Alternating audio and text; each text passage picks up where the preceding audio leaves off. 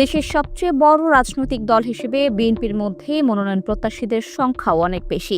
তাছাড়া আগামী নির্বাচনে যেহেতু বিএনপির সরকার গঠনের সম্ভাবনা সবচেয়ে বেশি, সেক্ষেত্রে বেশিরভাগ প্রার্থী চাচ্ছেন ধানের শীষের কাণ্ডারি হতে, যার ফলে শুধুমাত্র ঢাকা জেলার 20টি আসনে অন্তত 55 জন হেভিওয়েট বিএনপি নেতা নির্বাচনের মনোনয়ন চাচ্ছেন। তাদের পাশাপাশি বিএনপির শরিক দলগুলো থেকেও আছেন অনেক মনোনয়ন প্রত্যাশী। চলুন দেখে নেওয়া যাক ঢাকা জেলার 20টি আসনে কাদের উপর বিএনপি ধানের শীষের দায়িত্ব দিতে পারে। সেই সাথে আপনিও কমেন্ট করে জানান এইসব আসনে কাকে আপনি যোগ্য প্রার্থী বলে মনে করেন। ঢাকা 1 আসনে মাঝে রয়েছেন জেলা বিএনপির সভাপতি খন্দকার আবু আশফাক ও জেলা বিএনপির সাবেক সভাপতি প্রয়াত আব্দুল মান্নানের মেয়ে ব্যারিস্টার মেহনাজ মান্নান। ঢাকা 2 আসনে বিএনপির মনোনয়ন চান চেয়ারপারসনের উপদেষ্টা আমানুল্লাহ আমান অথবা তার ছেলে ঢাকা জেলা বিএনপির সাংগঠনিক সম্পাদক ইরফান ইবনে আমান। ঢাকা 3 আসনে ধানের শীষ চান দলের স্থায়ী কমিটির সদস্য গয়েশ্বরচন্দ্র রায় কিংবা তার পুত্রবধূ ঢাকা জেলা বিএনপির সাধারণ সম্পাদক নিপুণ রায়চৌধুরী এবং কেন্দ্রীয় যুবদলের সিনিয়র সহ সভাপতি রেজল করিম পল। ঢাকা 4 আসনে আলোচনায় রয়েছেন ঢাকা মহানগর দক্ষিণ বিএনপির সদস্য সচিব তানফির আহমেদ রবিন। ঢাকা 5 আসনে দলীয় মনোনয়ন প্রত্যাশী ঢাকা মহানগর বিএনপির সিনিয়র যুগ্ম আহ্বায়ক নবিউল্লাহ নবী ও কেন্দ্রীয় বাণিজ্য বিষয়ক সম্পাদক সালাউদ্দিন আহমেদ। ঢাকা 6 আসনে মনোনয়ন প্রত্যাশী আলোচিত নেতা ইশরাক হোসেন ও ঢাকা মহানগর দক্ষিণ বিএনপির সাবেক সাধারণ সম্পাদক কাজী আবুল বাশার।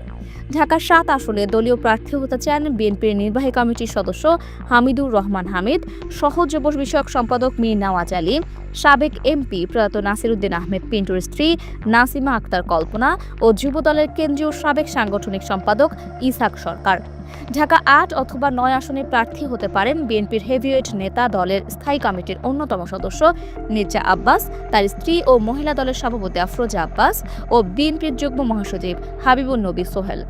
ঢাকা 9 আসনে আরও আলোচনায় আছেন দলের নির্বাহী কমিটির সদস্য হাবিবুর রশিদ হাবিব। ঢাকা 10 আসনে বিএনপির আন্তর্জাতিক বিষয়ক সম্পাদক নাসিরউদ্দিন আহমেদ অসীম, নির্বাহী কমিটির সদস্য শেখ রবিউল ইসলাম রবি, বিএনপির ভারপ্রাপ্ত চেয়ারম্যান তারেক রহমানের স্ত্রী জুবাইদা রহমানের বোন বিন্দু নির্বাচন করতে পারেন বলেও শোনা যাচ্ছে।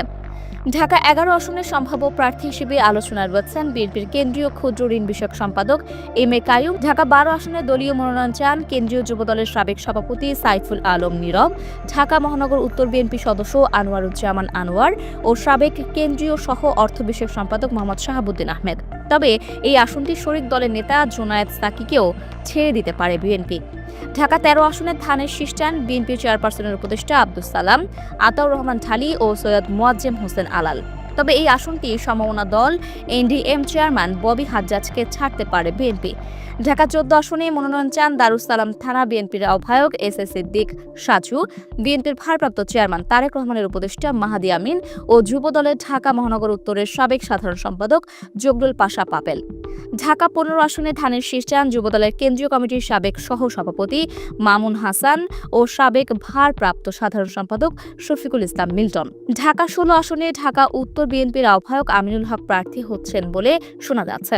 ঢাকা 17 আসনে সমমনা দল BJP chairman barrister Andalib Rahman পার্থকে চূড়ান্ত বার্তা দেওয়া হয়েছে বলে শক্ত গুঞ্জন আছে। ঢাকা 18 আসনে দলীয় প্রার্থী হতে চান ঢাকা মহানগর উত্তর বিএনপির যুগ্ম আহ্বায়ক এস এম জাহাঙ্গীর হোসেন, কফিলউদ্দিন আহমেদ ও ঢাকা মহানগর উত্তর বিএনপির সদস্য সচিব মোস্তফা জামান। ঢাকা 19 আসনে ধানের শীষ চান ঢাকা জেলা বিএনপির সাবেক সভাপতি ডক্টর দেওয়ান সালাউদ্দিন বাবু, হানিফ পরিবহনের মালিক মোহাম্মদ হানিফ এবং কফিলউদ্দিন। ঢাকা 20 আসনে দৌড়ঝাঁপ করছেন মহিলা দলের সাধারণ সম্পাদক সুলতান আহমেদ, যুবদলের তমিজউদ্দিন ও তরুণ নেতা ইয়াসিন ফেরদৌস মুরাদ।